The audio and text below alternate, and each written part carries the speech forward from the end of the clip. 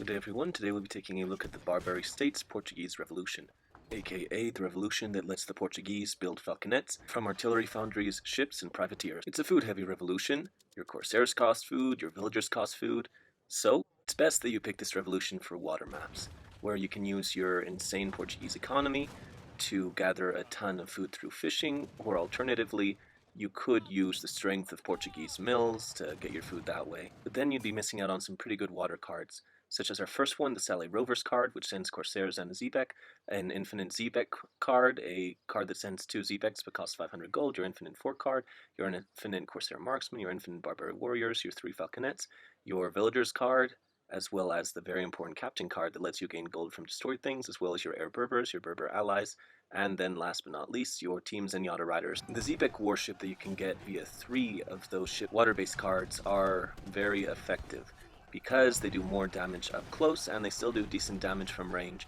So if you have to support an invasion, they're not a bad choice at all. They have good health, they don't count towards the rest of your warship cap, and once you actually get your forces ashore, you will find that the units that you get with this revolution are very good at naval invasions. Your Barbary Warriors act like Rolettos. They're very good at sieging things down so they can rapidly tear into the enemy's defenses. The enemy will have artillery waiting for you. However, your Barbary Corsairs do excellent work against enemy artillery, so they'll be able to tear up those falconets and any cavalry that your enemy has waiting for you. For this reason, this revolution is very effective against Malta, as Malta tends to rely upon cavalry, lots and lots of artillery, and its fortifications to stop the opponent from tearing them to pieces. Your Rolettos are decently good against fortifications, especially if you put them into cover mode. They'll cut straight through artillery. They'll take some losses along the way, but if they can get on top of those guns, then they're going to cut them to pieces. And most enemy cavalry, save perhaps lancers and maybe fully upgraded French cuirassiers, won't be able to do a whole lot against them. Pretty much the only unit that you'll run into when you go against Malta that could give them some trouble would be Caçadores, which the Maltese can get through their Portuguese tongue, or maybe mass longbowmen. However, the fact of the matter is that as the Portuguese, you'll have your own Caçadores, so if you back up your Barbary Warrior Swarm with a decent number of Corsair Marksmen, your own Caçadores, and a few Falconets to help tear through those fortifications, then the enemy Malta really won't stand much of a chance, because nothing short of flamethrower towers will be able to give your forces much pause. Or a giant army of enemy lancers acquired through the Spanish tongue, or maybe a giant force of overpowered European native royal house units. Those might be able to stop you, but anything else won't really stand up as much of a challenge. The key to your success will be the Barbary Warrior unit, which can get insanely fast after you send the Advanced Arsenal card, because they can charge down artillery that people love to build, as well as cavalry, which people also love to build. Especially Malta, because Malta has access to the Order Hussars, which have more HP than normal Hussars. Despite this HP boost, your Barbary Warriors will cut straight through them. The important thing, however, is to have a good economy going, because even though you'll have the initial advantage against someone like Malta, if you don't have the food to continue to send out your Barbary Warriors, eventually you will get run down.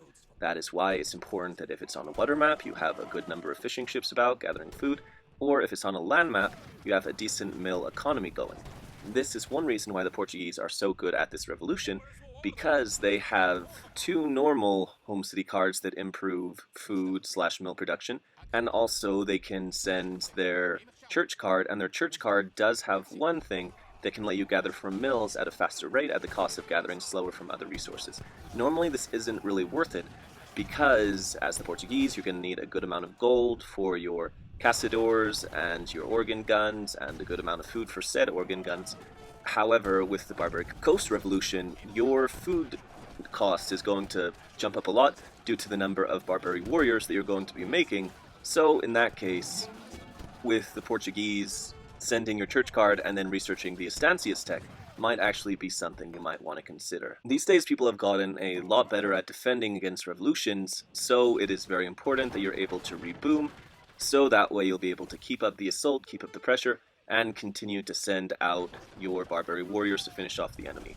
Additionally, after you send the card that gives you that captain, every building that's destroyed will give you a gold bounty equal to the XP bounty, which will turn the Maltese into a gold mine, because Malta loves to build defensive buildings. That means that if you have a howitzer, some Barbary warriors, and maybe a few falconets, you can earn a lot of gold by destroying a Maltese player's base. You can train most of the units that you'll need from forts, which you can just get by sending that infinite fort card.